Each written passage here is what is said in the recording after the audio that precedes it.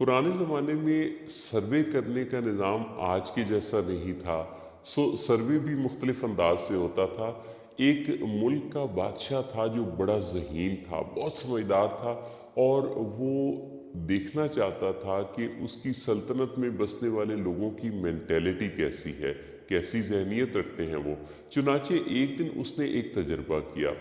उसने एक बहुत चलती हुई जो शाहराह थी, सड़क थी, उसके ऊपर एक बड़ा सारा पत्थर रखा सड़क के ऐन बीच में, और ख़ुद साइड पर होकर ये ऑब्ज़र्व करने लगा कि लोग भला इसके बारे में क्या सोचते हैं, क्या तबसरा करते हैं या क्या करते हैं।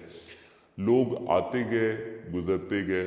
उन आने वाले और गुज़रने वाले लोगों में बड़े बड़े मालदार लोग भी थे, उसके अपने दरबारी भी थे, और वो चुपचाप उसकी तरफ, पत्थर की तरफ देखकर औखे सौखे वहाँ से गुजर गए कि जैसे हमारा इससे क्या ताल्लुक़, हम तो अपनी दुनिया में जैसे मगन होते हैं ना लोग, वो खामोशी से गुजर गए कि हमें इस पर वक्त ज़ाया करने की क्या ज़रूरत है। कुछ और लोग वहाँ से गुजरे और उन्होंने तबसरे करने शुरू किए कि देखो हमारे मुल्क का बादशाह कैसा है, जिसको ज़रा भी इस बात का ख्याल नहीं है कि लोगों को गुजरने में कितनी रुकावट होती है। सड़कें साफ़ करवाना तो बादशाहों का ही काम होता है। और इस तरह की बहुत सारी शिकायत करते हुए वो भी वहाँ से गुज़र गए।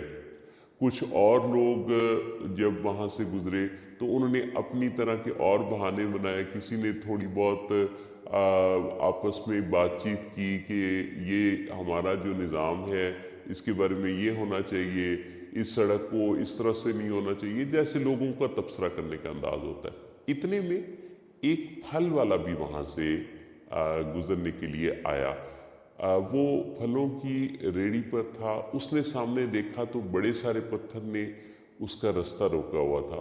वो रेडी से उतरा और उसने आके कोशिश करना शुरू की और पत्थर को हटाना शुरू किया। थोड़ी बहुत नहीं, ज़्यादा मेहनत करनी पड़ी, और बिल आखिर अपनी सारी तवानाई के साथ वो पत्थर को साइड पर करने में कामयाब हो गया।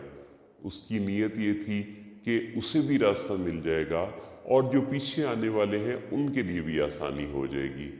और फिर उसने देखा कि पत्थर के हटते ही नीचे सोने के सिक्कों की थैली पड़ी हुई थी, जो दरअसल उस बादशाह ने रास्ते से पत्थर हटाने वाले शख्स के लिए इनाम के तौर पे रखी थी।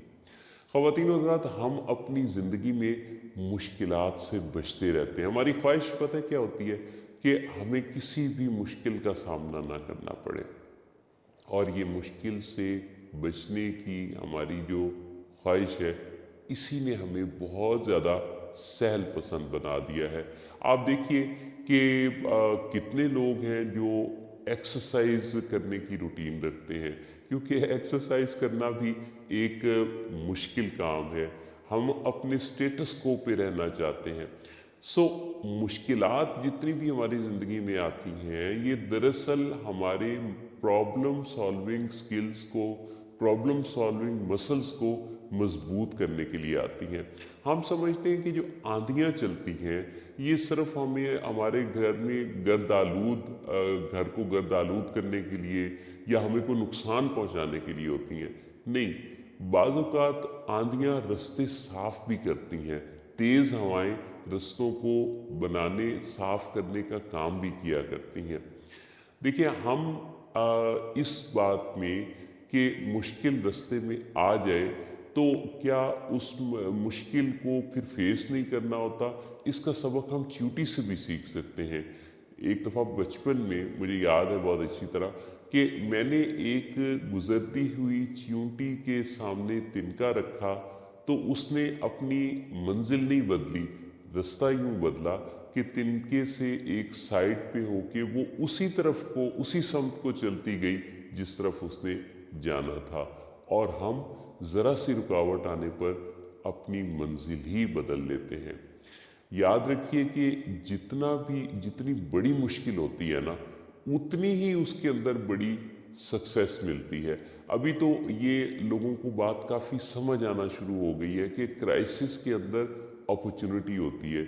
जब भी कोई मुश्किल आए تو سمجھ لیجئے کہ قدرت آپ کو زیادہ پاورفل، زیادہ طاقتور بنانا چاہتی ہے۔ چنانچہ مشکل کو سے کترانا یا اس کو فیس نہ کرنا کامیابی نہیں ہے، مشکل کو آسانی میں بدلنے کا کوئی نیا طریقہ دریافت کرنا، یہی کامیابی ہے۔ میری دلی دعا ہے اللہ رب العزت آپ کو ہر مشکل سے بچائے، پر جب کوئی مشکل آئے آپ اس کو ایسے اچھے طریقے سے، مثالی طریقے سے ڈیل کریں کہ آپ کی زندگی دوسروں کے لیے ایک مثال بن جائے۔ اللہ آپ سب کا حامی و ناصر ہو۔